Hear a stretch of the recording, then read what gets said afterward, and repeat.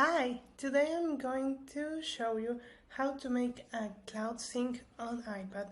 First, let's run the sync wizard. We go to the cloud icon on our top right corner. On the question mark, we invoke the cloud sync wizard. This is to make sure that everything is in order. So we go next and make sure that every check mark is here. Now we finish and then we go to settings, general, and the option for local backups. The third option is backup now. We hit it and then we get a backup successful message. And then we go back to the cloud icon, options, and hit restore from cloud.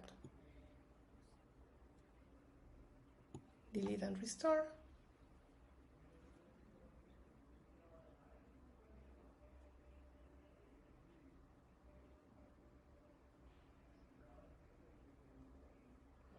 And we get all information back from the cloud.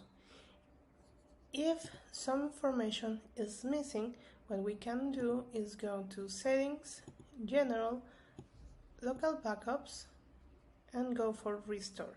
Here we have the option to restore from the local files that we just created. Hope this is very helpful. Have a nice day!